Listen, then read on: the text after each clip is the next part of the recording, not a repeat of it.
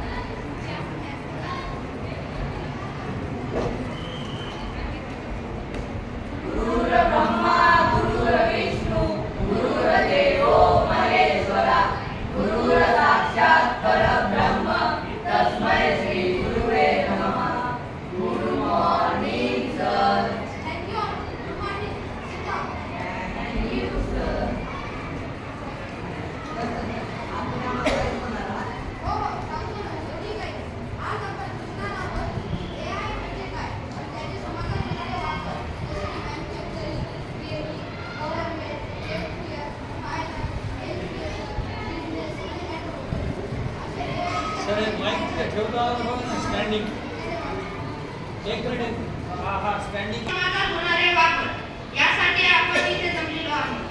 तर आज आपण शिकून घेऊया की AI म्हणजे काय. तर त्यासाठी आपण विज्ञानाच्या लॅब मध्ये जाऊया. तिथे प्राध्यापक सर आपल्याला AI बद्दल माहिती सांगतील. चला लॅब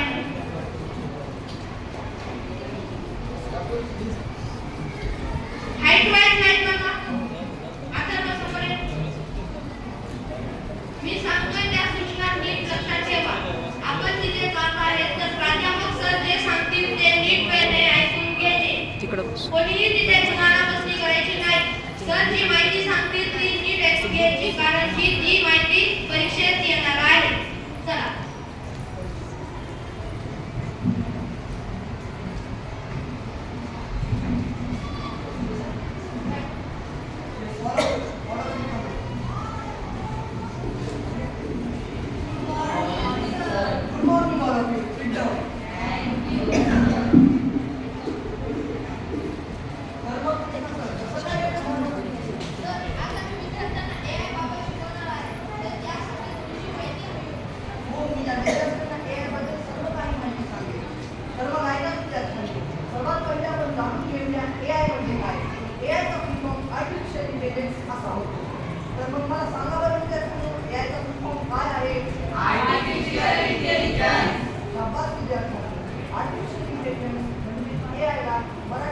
असे नाव आहे.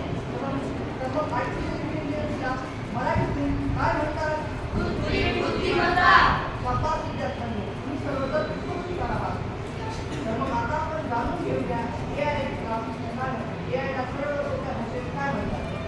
AI म्हणजे आर्टिफिशियल इंटेलिजन्स हे असे तंत्रज्ञान आहे जे की संगणक व मशीन्सला मानवी बुद्धिमत्ता समस्या सोडवण्याच्या क्षमतेचे अनुकरण करण्यास सक्षम करते.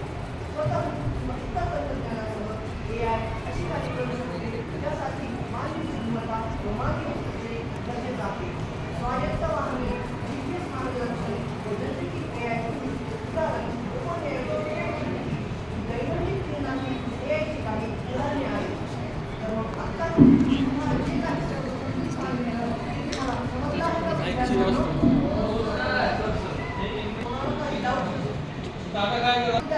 आता कोणाला काही डाऊट असतील तर तुम्ही विचारू शकता.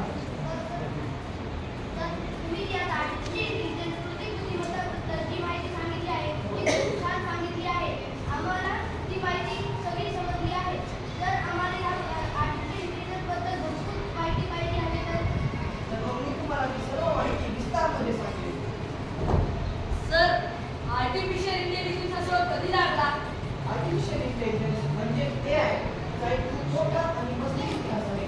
याची संकल्पना 1950च्या दशकातील आहे आणि ही संकल्पना 1956 मध्ये तयार करण्यात आली.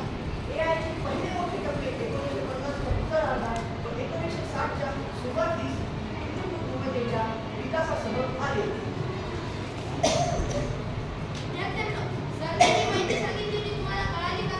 हो. आणखी कोणाला काही प्रश्न असतील तर त्यांनी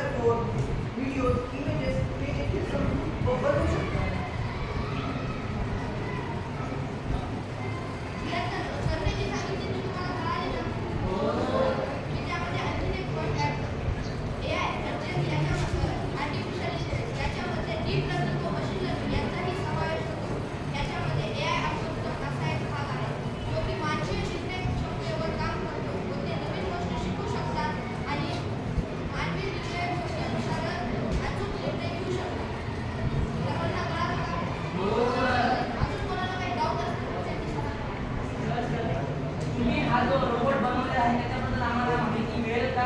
हो, तुम्हाला या रोबोटबद्दल माहिती मिळेल. चला मग विद्यार्थ्यांनो, एक लाईन बनवा बरं.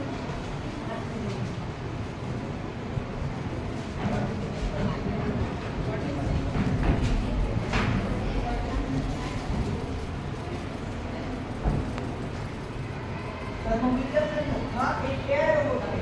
ज्याचे नाव जेनेटिक रोबोट असे आहे. ए तिकडं. हा फक्त मानवी जीवनातील कामे नाही, तर मानवी भाषा देखील समजू शकतो. तर मग आता